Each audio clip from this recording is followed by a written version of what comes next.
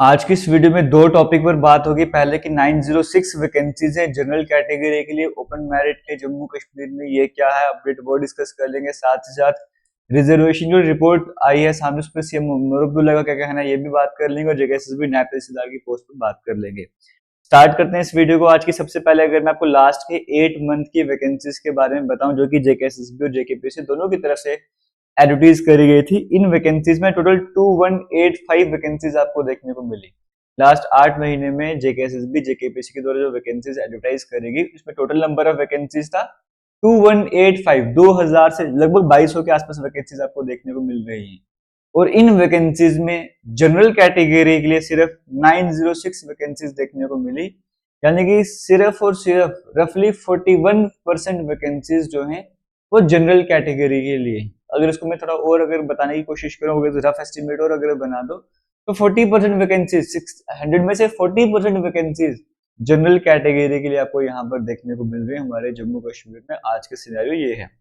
For example नायब तहसीलदार के 75 post आई, इसमें से जनरल के लिए 30 थी, बाकी कैटेगरी की 45 पोस्ट आपको देखने को मिलती हैं। हाई कोर्ट के 74 में से 34 ओपन मेरिट के लिए थी। सिविल जज जूनियर डिवीजन की बात करें 42 में से सिर्फ 17 वैकेंसीज ओपन मेरिट के लिए। जेई सिविल की 508 में से सिर्फ 203 वैकेंसीज हैं जनरल कैटेगरी के लिए। इलेक्ट्रिकल में 292 में से 117 वैकेंसीज जनरल कैटेगरी के लिए। लेक्चर की पोस्ट में 525 में से 238 वैकेंसीज जनरल कैटेगरी के लिए। एएसआई की पोस्ट, सब इंस्पेक्टर की पोस्ट की बात करूंगा 669 में से 267 वैकेंसीज सिर्फ जनरल कैटेगरी के लिए देखने को मिलती हैं। तो ये है जम्मू कश्मीर में जनरल कैटेगरी का भी इस टाइम पे हाल।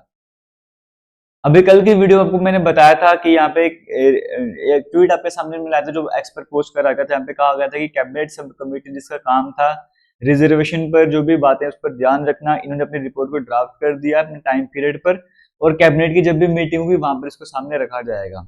और इस पर सीएम मुर्तुल्ला जी कहते हैं यहाँ पर कि कैबिनेट सब कमेटी की जो इन्होंने रिजर्वेशन पर रिपोर्ट तैयार करी है ये विद इन डेज सामने आ जाएगी, क्योंकि जो रिकमेंडेशन बनाई थी पैनल ने उस पर इन्होंने ध्यान रखा है, रिपोर्ट को तैयार वगैरह करा है।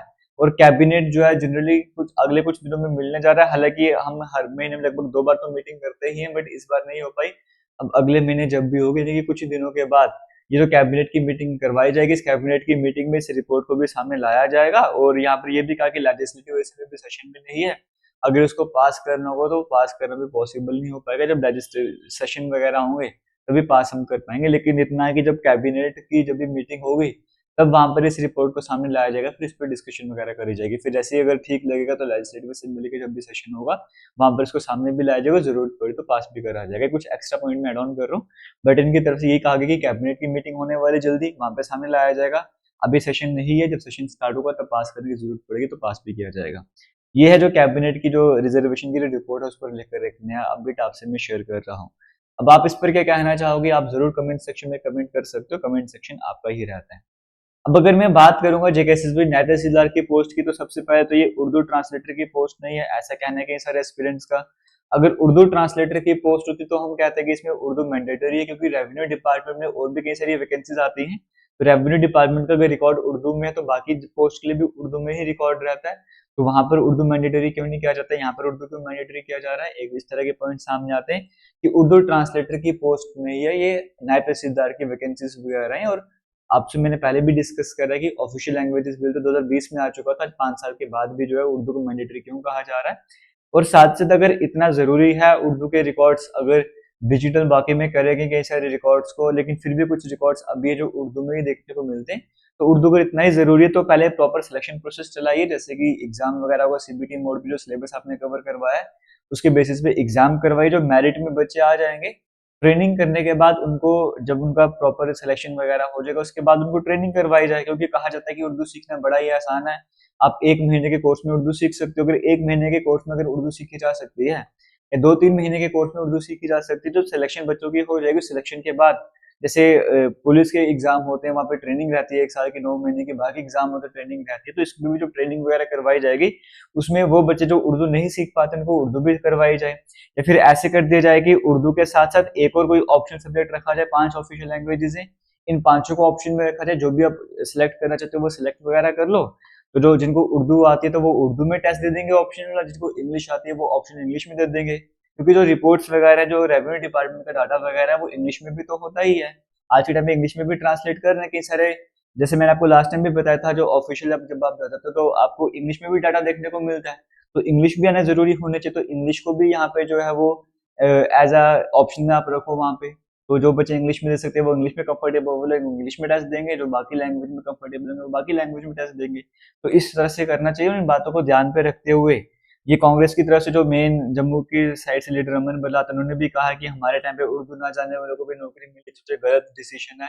उर्दू को नहीं रखना चाहिए, बाकी लैंग्वेजेस की तरफ भी ध्यान देना चाहिए, फिर उर्दू को हटा ही देना चाहिए। बीजेपी स्पोक्स पर्सन की बात करेंगे, एलजी मनोज सिन्हा से मिले, उन्होंने वहां पर उनको बताया इसके बारे में और कहा कि इसको हटा देना चाहिए। Leader of opposition Sunil Sharma की बात करेंगे, उन्होंने भी लेटर लिखा, जो सिम अब्दुल्ला को भी लिखा और एलजी के पास भी गया, वहां पर भी उन्होंने कहा कि इसको हटा दिया जाए। एबीवीपी के भी प्रोटेस्ट चल रहे हैं और भी कई सारे ऑर्गेनाइजेशन अपनी तरफ से प्रोटेस्ट वगैरह कर रहे हैं और कह रहे हैं कि उस उर्दू को साइड में कर देना चाहिए। अब मैं कल भी वीडियो बना चुका हूँ इस पर कि उर्दू को क्या मैंडेटरी करना चाहिए नहीं करना चाहिए, मिक्स डायरेक्शन आ रहे, बट मैक्सिमम वहां पर ये आ रहा है कि उर्दू को जो है वो कंपलसरी नहीं रखना चाहिए। जो उर्दू को कंपलसरी रखने के फेवर में आ रहे हैं वो सिर्फ इतना ही कहते हैं कि डॉक्यूमेंट्स के रिकॉर्ड जो है वो अभी भी उर्दू में है, इसलिए उर्दू जरूरी है और उर्दू सीखना बड़ा आसान है, आप 1-2 महीने में उर्दू सीख सकते हो। तो वही बात है, अगर 1-2 महीने में उर्दू सीख सकते हैं तो फिर जब आपकी सिलेक्शन हो जाएगी उसके बाद उर्दू सिखा दिया जाए। 7-8 महीने का टाइम है, वो बच्चे आराम से उर्दू सीख लेंगे, तो कोई टेंशन वाली बात है ही नहीं है। तो वो सबसे मुझे सिंपल वे लग रहा है। अब आपको क्या लगता है, आप कमेंट सेक्शन में कमेंट पे राय जरूर रखिएगा। वीडियो सही लगे तो वीडियो को शेयर भी कीजिएगा। थैंक यू एंड जय हिंद।